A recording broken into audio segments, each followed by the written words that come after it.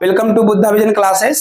और आज हम सभी जो है वो क्लास 10th के ज्योग्राफी का चैप्टर पढ़ेंगे और संसाधन से करेंगे। तो इसकी परिभाषा होती है कि मानव अपनी जरूरतों को पूरा करने के लिए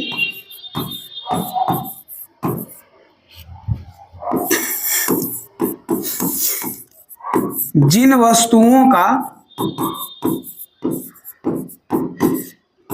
वस्तुओं का या चीजों का इस्तेमाल करता है, चीजों का प्रयोग में लाता है,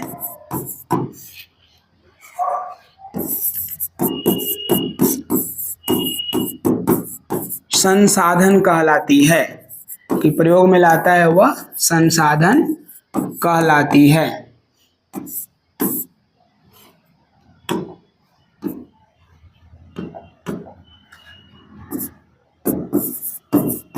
लेकिन आप एक चीज याद रखना कि इसमें नोट्स में आप लिखना चाहोगे तो लिख सकते हो नोट्स नंबर 5 में कि प्रसिद्ध भूगोलविद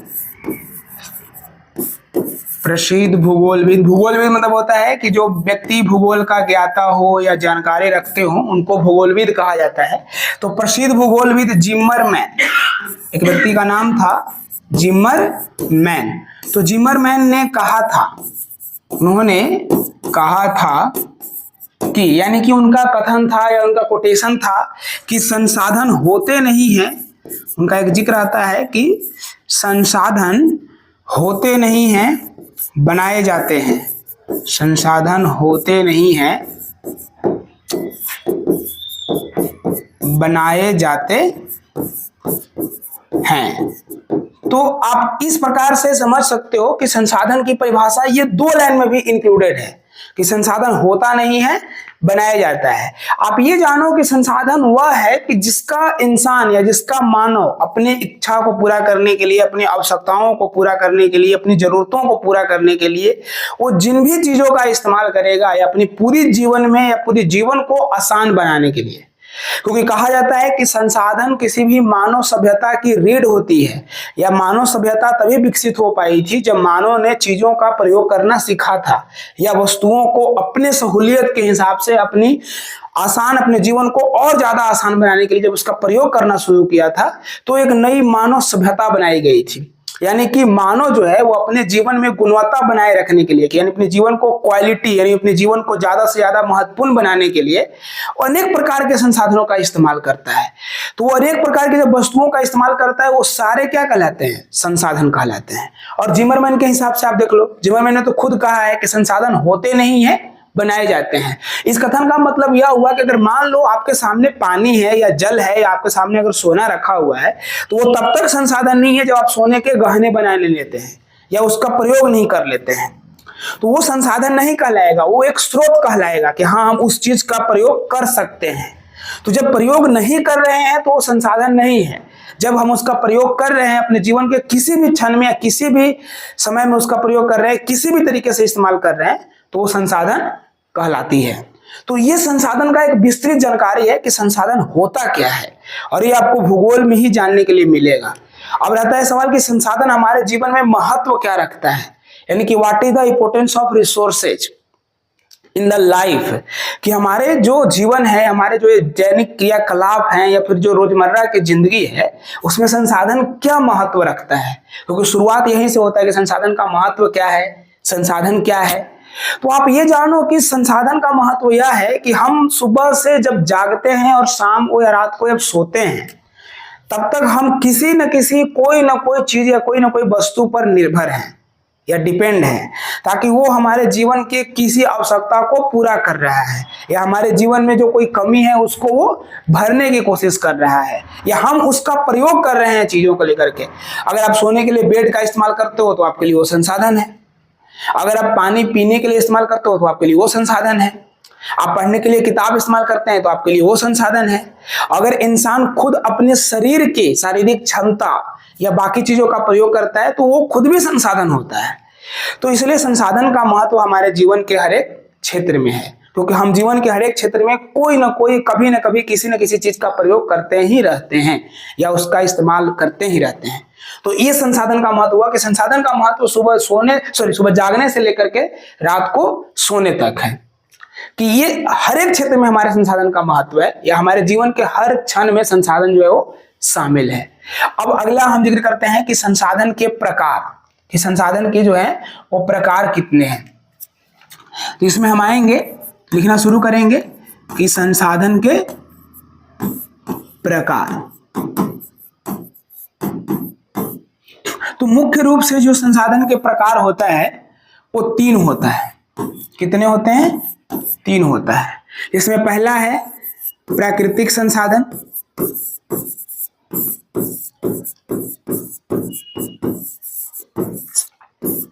दूसरा है मानव संसाधन,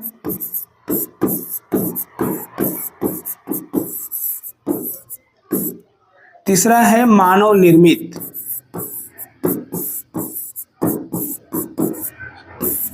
या फिर मानवकृत। मानवकृत का मतलब होता है मानव के द्वारा कार्य किया गया। मानवकृत संसाधन, ये संसाधन के 3 प्रमुख वर्गीकरण है, प्राकृतिक संसाधन, मानव संसाधन और मानवकृत या मानव निर्मित संसाधन।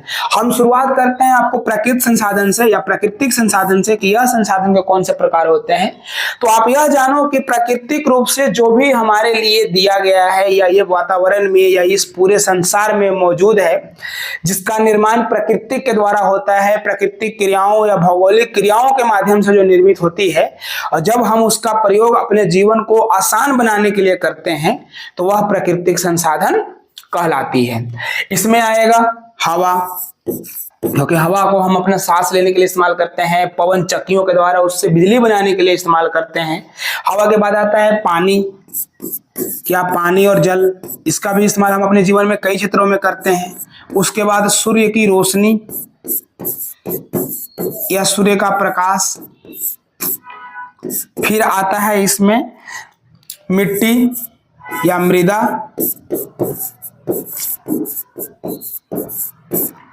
उसके बाद आएंगे पशु पक्षी,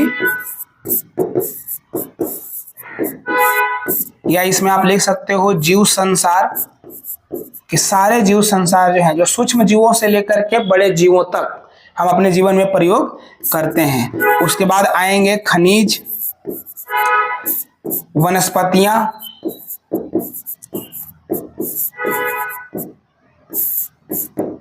उसके अलावा इसमें और आता है कि कई भौतिक संरचनाएं, जैसे पर्वत, पठार, मैदान, भूमि,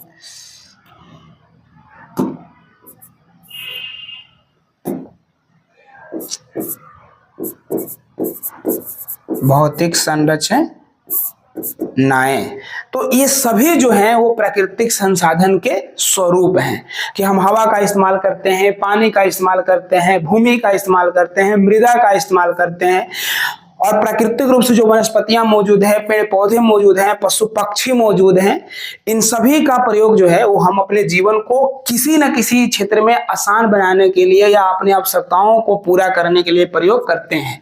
लेकिन यह प्राकृतिक संसाधन इसलिए है क्योंकि इनका निर्माण मानव नहीं कर सकता है। ये प्रकृति में मौजूद है, इनका निर्माण स्वतः होता है, कई भौतिक और संरचनाएं और क्रियाकलापों के द्वारा होता है, कई भौगोलिक प्रक्रियाएं के द्वारा इनका निर्माण होता है। तो इसलिए ये क्या है? प्राकृतिक संसाधन है। इसी प्राकृतिक संसाधन को आगे चल करके उत्पत्ति के आधार पर 2 भागों में बांटा जाता है, एक जैव संसाधन और एक अजैव संसाधन। उसका जिक्र हम आगे करेंगे, लेकिन अभी एक आता है मानव संसाधन, कि मानव जो है वो इसको हम संसाधन क्यों कहेंगे, या मानव को संसाधन का रूप में क्यों वर्गीकृत किया गया है। तो देखो, मानव जो है, आप एक चीज याद रखना कि इस दुनिया में जितने भी संसाधन के प्रकार हैं उसमें अगर कोई सर्वोत्तम संसाधन है या सर्वोत्तम संसाधन का जो स्रोत है तो वो मानव है।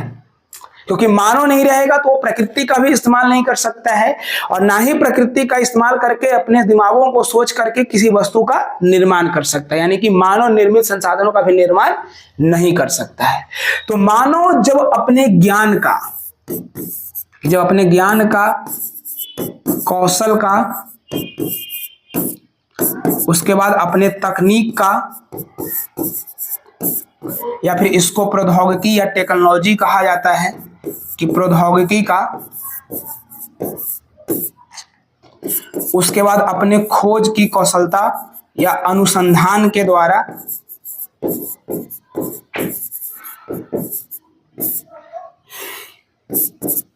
उसके बाद अपनी बुद्धि का,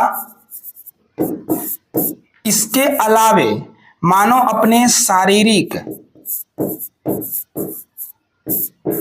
एवं श्रम क्षमता का, कि शारीरिक क्षमता एवं श्रम क्षमता का भी जब प्रयोग करता है तो मानव जो है ये जब सभी चीजों का प्रयोग करता है तो वो मानवीय पूंजी में बदल जाता है। यानी कि इन सभी का प्रयोग करके मानव क्या हो जाता है, मानवीय पूंजी हो जाता है। यानी कि मानव खुद में जो है वो एक दौलत है, एक पूंजी है।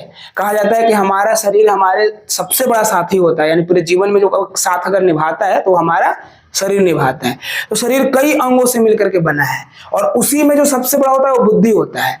तो मानव जब अपने बुद्धि का प्रयोग, अपने ज्ञान का प्रयोग, अपने सीखे गए चीजों का प्रयोग, अपने टेक्नोलॉजी तकनीकों का प्रयोग करता है और उसके द्वारा जब वो किसी वस्तु का निर्माण करता है या फिर किसी वस्तु का इस्तेमाल करता है तो वो कहीं ना कहीं एक संसाधन के रूप में प्रयुक्त होता है। इसलिए कहा जाता है कि किसी भी देश की आबादी या किसी भी देश की जनसंख्या उस देश की सबसे बड़ी पूंजी होती है। यानी कि अगर भारत की 140 करोड़ आबादी है तो ये 140 करोड़ लोग भारत के सबसे बड़े संसाधन हैं। अगर हम इनका सही से इस्तेमाल कर सके तो भारत वाकई में विश्व गुरु या कह सकते हो कि आर्थिक महाशक्ति के रूप में निर्भर या डेवलप हो सकता है, वो बन सकता है। आप दुनिया के किसी भी डेवलप कंट्री को देखो, विकसित कंट्रियों को देखो, वहां के लोगों ने शिक्षा, अपनी बुद्धि, अपने तकनीकों का इस्तेमाल किया है। और अगर नहीं भी करते हैं तो दुनिया में जितने भी तेज दिमाग या बुद्धि वाले लोग हैं उनको अपनी ओर बुलाते हैं, अपनी ओर आकर्षित करते हैं। जैसे आप अमेरिका का एक उदाहरण ले सकते हैं कि अमेरिका पूरी दुनिया के जितने भी टैलेंटेड इंसान होते हैं उनका अपने यहाँ स्वागत करता है कि आप हमारे यहाँ आइए और हमारे यहाँ चीजों का निर्माण करिए, टेक्नोलॉजी का निर्माण करिए। और फिर वो अमेरिका उस टेक्नोलॉजी को बेच करके उनसे पैसा कमाता है।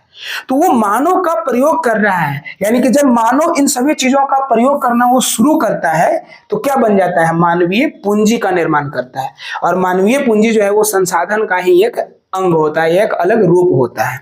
उसके बाद आता है मानव निर्मित संसाधन। तो इसका मेन परिभाषा है कि मानव के द्वारा निर्मित वस्तुएं जो उसकी आवश्यकताओं को पूरा करने के लिए इस्तेमाल की जाती है या प्रयोग में लाई जाती है वह मानव निर्मित संसाधन कहलाती है। जैसे आप कुर्सी ले लो, बेंच ले लो, टेबल ले लो, मार्कर ले लो, पेन ले लो, तो ये सभी जो चीजें हैं वो क्या है, मानव निर्मित वस्तुएं हैं। और मानव निर्मित वस्तुओं की संख्या जो है वो लाखों में है। तो इसका कोई एक एग्जाम्पल नहीं हो सकता है, इसके अनेकों एग्जाम्पल हो सकते हैं। मैंने अगर ये मार्कर या पेन धरा है तो ये भी मानव निर्मित संसाधन है। मैं जिस बोर्ड में पढ़ा रहा हूँ आपको वो भी मानव निर्मित संसाधन है। तो आप जिस कॉपी पे लिखना शुरू करोगे या जिस पेन के माध्यम से लिखोगे वो भी मानव निर्मित संसाधन है। तो मानव जब अपनी आवश्यकताओं के हिसाब से किसी वस्तु का निर्माण करता है ताकि उसका प्रयोग में लाया जा सके या इस्तेमाल कर सके तो वह वस्तु मानव निर्मित संसाधन या मानवकृत संसाधन कहलाती है। लेकिन आपके किताब में जो है वो संसाधन की सिर्फ ये 3 डिफिनेशन नहीं है, इसके कई अलग अलग वर्गीकरण किए गए हैं और कई अलग अलग आधारों पर किया गया है वर्गीकरण। अब हम उसकी चर्चा करेंगे कि वो संसाधन जो है वो किस प्रकार से हैं। तो इसमें सबसे पहले शुरू करते हैं हम कि संसाधन का वर्गीकरण, कि संसाधन का वर्गीकरण यानी क्लासिफिकेशन ऑफ रिसोर्सेस। तो इसमें पहला आता है उत्पत्ति के आधार पर। किस पर? उत्पत्ति के आधार पर। कि पहला यह संसाधन है कि उत्पत्ति के आधार पर जो है वो संसाधन के कितने प्रकार होते हैं। तो इसके 2 प्रकार होते हैं, एक जैव और दूसरा अजैव।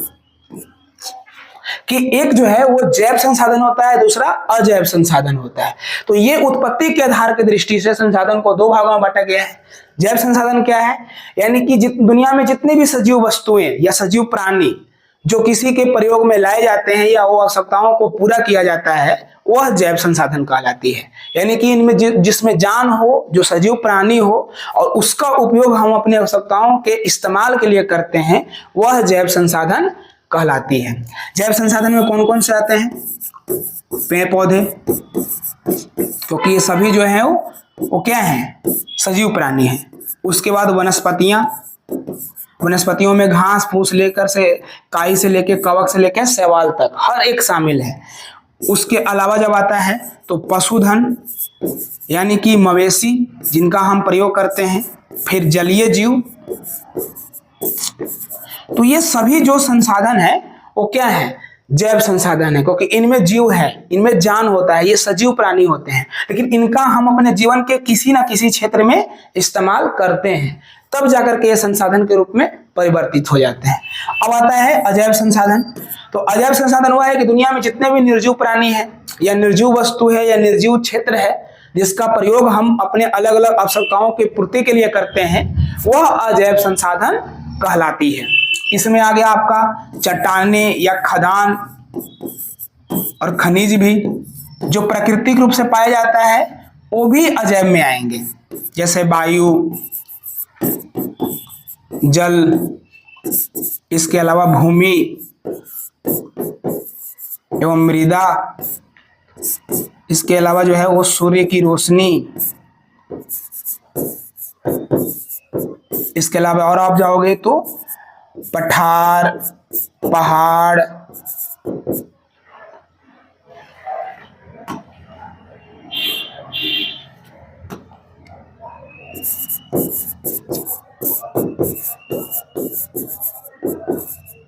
पर्वत, मैदान, जलाशयों, ये सभी जो है वो क्या है? अजैव संसाधन है। जब इनका हम प्रयोग, इसके अलावा दुनिया में जितनी भी मानव निर्मित वस्तुएं होती हैं वो भी क्या होती हैं? अजैव संसाधन ही होती हैं। तो ये आप लिख सकते हो, लेकिन हाँ, इसमें अगर आप लिखना चाहो तो लिख सकते हो कि मानव जो है वो जैव संसाधन है, क्योंकि मानव खुद संसाधन है, तो आप मानव को भी जैव संसाधन में उसको वर्गीकरण कर सकते हो। और मानव निर्मित वस्तुएं जो है वो कहाँ होती हैं? अजैव संसाधन में होती है। तो प्राकृतिक संसाधन में कुछ जैव भी होती हैं और कुछ अजैव भी होती हैं। दोनों में अंतर यह है कि जैव संसाधन सजीव होती हैं और अजैव संसाधन निर्जीव होती हैं, यानी जिनमें जान नहीं होता है। और हम जब इन सभी चीजों का प्रयोग करते हैं तो वो कहीं ना कहीं संसाधन के रूप में इस्तेमाल किया जाता है, या संसाधन का वो अंग होते हैं, या संसाधन कहलाती है। अब इसके बाद एक और आता है कि इसका वर्गीकरण के आधार पे कि उपयोगिता के आधार पर जो है वो संसाधन कितने भाग में बांटा गया है। उपयोगिता की उपयोगिता के आधार पर पहला था, हम लोगों ने जब इस्तेमाल किया वो उत्पत्ति के आधार पर था, और यह उपयोगिता के आधार पर है कि उपयोगिता के आधार पर संसाधन कितने प्रकार के होते हैं। तो ये भी दो प्रकार के होते हैं, एक नवीकरणीय और दूसरा होता है अनवीकरणीय संसाधन।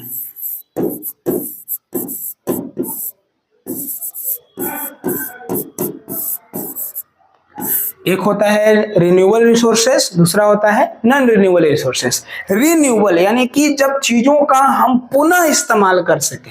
नवीकरणीय संसाधन की परिभाषा यह होती है कि संसाधन का वह प्रकार या संसाधन के वह क्षेत्र जिसका हम बार बार या कई बार इस्तेमाल कर सकते हैं, जिनका पुनः चक्रीय होता हो, जिसकी भौतिक, रासायनिक एवं कई अन्य क्रियाकलापों के द्वारा पुनः प्राप्त किया जा सकता है या वो प्रयोग में लाया जा सकता है, वह संसाधन के प्रकार नवीकरणीय संसाधन कहलाते हैं। इनके जो भंडारण होते हैं वो लगभग जो है वो खत्म नहीं होते हैं, ठीक है, असीमित होते हैं, कि इनका आप इस्तेमाल असीमित क्षेत्र से कर सकते हैं। इसमें कौन कौन से आते हैं? तो इसमें आते हैं आपका पवन ऊर्जा, कि आप पवन चक्कियों के द्वारा जो है वो बिजली बनाते हैं। उसके बाद इसमें होता है सौर ऊर्जा, उसके बाद होता है जल विद्युत, जिसको हम लोग पन विद्युत के नाम से या पन बिजली के नाम से जानते हैं। उसके बाद आता है परमाणु ऊर्जा,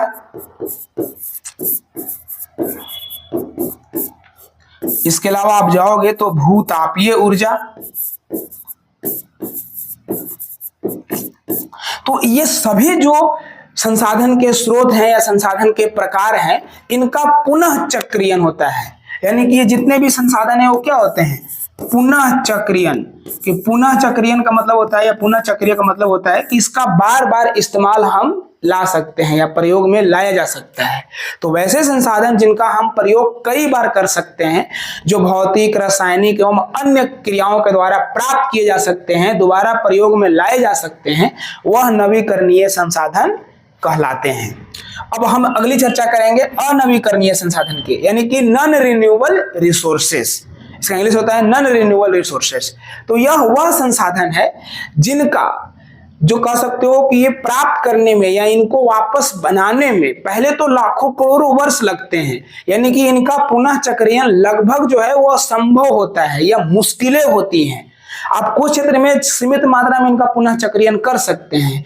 तो ऐसे संसाधन जिनका प्रयोग हम बार बार नहीं कर सकते हैं या प्रयोग में बार बार नहीं लाया जा सकता है, जिनका पुनः चक्रियन नहीं हो पाता है, वह संसाधन अनवीकरणीय संसाधन कहलाते हैं। अनवीकरणीय संसाधन को जीवाश्म ईंधन का स्रोत भी माना जाता है। जीवाश्म ईंधन इसलिए क्योंकि वह कई जीव जंतुओं के अवशेषों, पेड़ पौधों के अवशेषों से लाखों करोड़ों वर्ष अनेक भौतिक और भौगोलिक क्रियाओं के माध्यम से बनते हैं या परिवर्तित होते हैं। इस वजह से उन्हें जीवाश्म ईंधन कहा जाता है, जिसको हम लोग फॉसिल फ्यूल के नाम से जानते हैं। इसमें कौन कौन से होता है? तो कोयला, ये सबसे बड़ा संसाधन का स्रोत है अनवीकरणीय की दृष्टि से, ये कोयला। उसके बाद आता है इसमें पेट्रोलियम, जिसका कहीं कहीं पे जो है वो खनिज तेल या फिर कच्चा तेल का जिक्र भी आता है कि इसके नाम से भी लिखा रहता है। उसके बाद आओगे तो प्राकृतिक गैस, कि प्राकृतिक नेचुरल गैस जो होते हैं वो प्राकृतिक गैस का इस्तेमाल। तो इन सभी का जो प्रयोग है, और ये जितने भी तीनों चारों हैं, ये क्या कहलाते हैं? ये जीवाश्म ईंधन कहलाते हैं। यह जो है वो जीवाश्म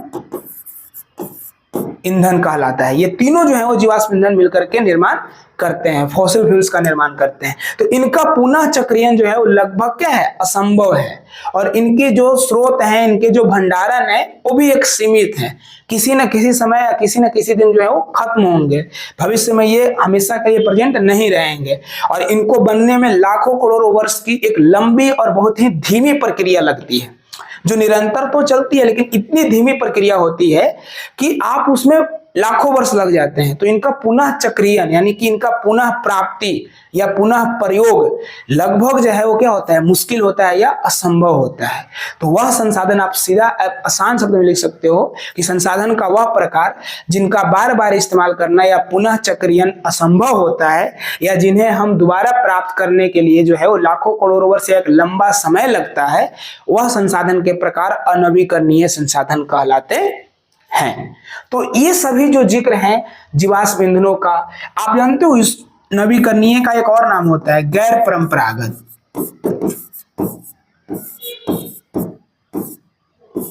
इसको गैर परंपरागत भी कहा जाता है, और अनवीकरणीय को जो है वो परंपरागत भी कहा जाता है, कि ये जो है वो परंपरागत स्रोत हैं, क्योंकि हम इनका इस्तेमाल कई वर्षों से कर रहे हैं, और यह गैर परंपरागत स्रोत है। तो ये गैर परंपरागत स्रोत क्यों है? वो इसलिए है क्योंकि इनका जो है वो दुनिया नए प्रयोगों, नए उपयोगों के हिसाब से, कि उपयोगिता के हिसाब से जो है इनका ढूंढा गया था या इसका इस्तेमाल किया जाने लगा था। जब दुनिया को ये लगने लगा कि नहीं, पर्यावरण संरक्षण, ग्लोबल वार्मिंग, हरित गैस, जो ग्रीन हाउस गैसेस इफेक्ट, या फिर जो हमारे यहाँ टेम्परेचर बढ़ रहे हैं, कार्बन डाइऑक्साइड का उत्सर्जन, ओजोन परत में क्षारण, तो इन सभी जब समस्याएं उत्पन्न होने लगी तो दुनिया जो है वो परंपरागत सोर्स के अलावा जो है गैर परंपरागत स्रोतों की ओर बढ़ा, कि उसने नए नए तकनीकें ढूंढना शुरू किया, नए नए क्षेत्र ढूंढना शुरू किया, और तब हमारे यहाँ नवीकरणीय संसाधन का एक स्वरूप तैयार हुआ।